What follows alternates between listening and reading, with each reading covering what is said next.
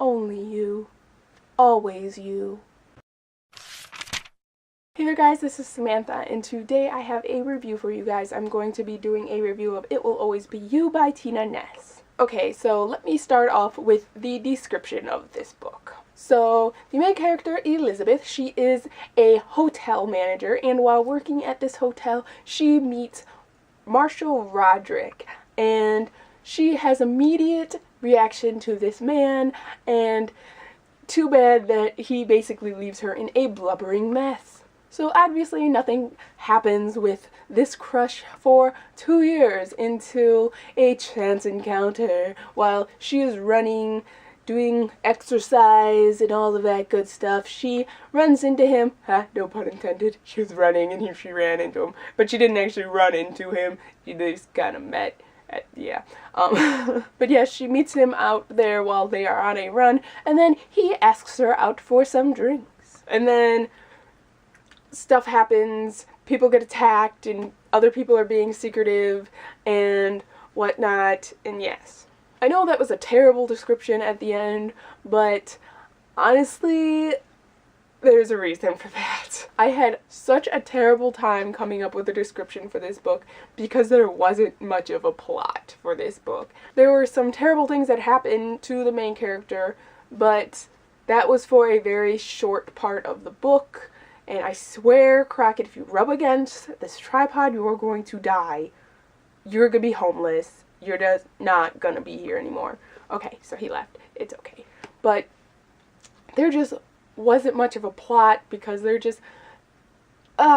Tina Ness concentrated more on the relationship than the actual plot of the book. She actually kind of made the relationship the plot of the book. And I just didn't enjoy it at all. They're just... I rated this a 3 on Goodreads, I believe, and it was more like a 2 or 2.5. It was somewhere in the 2 to 3 range. I just didn't enjoy this book. Oh, I did not enjoy this book. I really did not like Elizabeth, the main character. She bugged me so bad. She was so needy. I hated how Elizabeth kept calling Marshall's eyes his denim blues.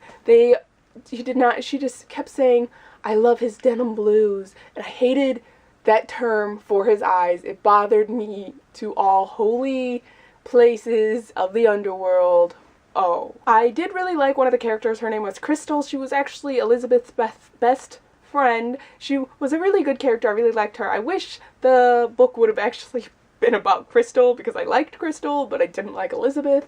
But yes. So the entire time I was coming up with a plot synopsis for this book, I had to keep looking back at this book and flipping through it and looking at the back of this book because I couldn't remember. Like, this is not because of my goldfish memory. This is because the plot was kind of forgettable. Mostly because it wasn't there, but the book itself was pretty forgettable too. And the biggest problem that I had with this book was the main character's self-confidence. It bothered me so much.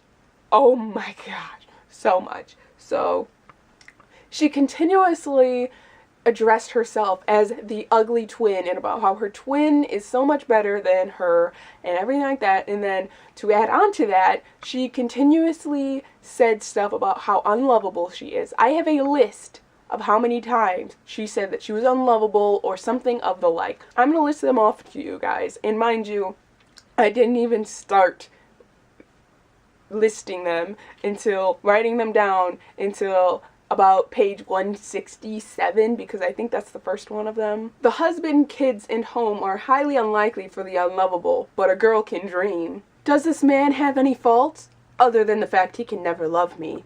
It feels like what I had imagined making love to feel like, only there's no way Marshall could be in love with me. I'm just a red-headed girl with a mundane life, hoping to go places, hoping to belong, hoping to make her mark. I have so little to offer him. Maybe there is hope. Maybe I can learn to be lovable. Could they possibly ever love me? There's also a few places where she is just so needy about Marshall and about how she basically will die without him. And one of those lines are, he's like my drug, my medicine, my addiction. My life would be a mess without him. I'm sorry, but if your man is if your life would be a mess without your man, then you have your priorities mixed up. I'm sorry. I love my boyfriend. I love him very much. He means a whole lot to me. But if he left me, my life will go on. It's just that. If you cannot live without a man, then you have some problems. I'm sorry. I don't know if my whole problem with this book was just because of the issues with how terrible I thought that Elizabeth was. I really, really, really did not like Elizabeth as a character.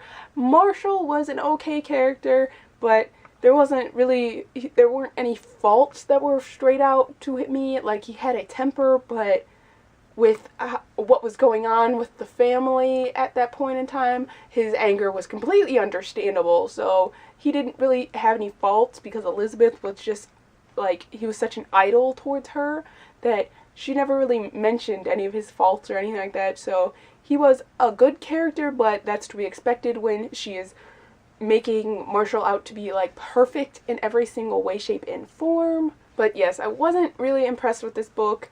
I did not like it really at all. I think there is supposed to be another book, but I will not be continuing with this series. I feel bad about it because I won it off of Goodreads, and it was signed to me and everything like that, but I feel really bad about putting this out there that I did not enjoy this book. But I know that there were a lot of people who did like this book, so it is quite possible you may enjoy this book. But it's just, I found Elizabeth to be so distasteful that it might have, I don't know if it did or not, but it might have, like, ruined my perspective of this book. But yes, those are all of my thoughts for this book, and I honestly would probably give this away if it wasn't signed to me, quite possibly. But yes, those are all of my thoughts for this book. I hope you guys enjoyed watching, because I sure as hell love talking. I will see you guys next time.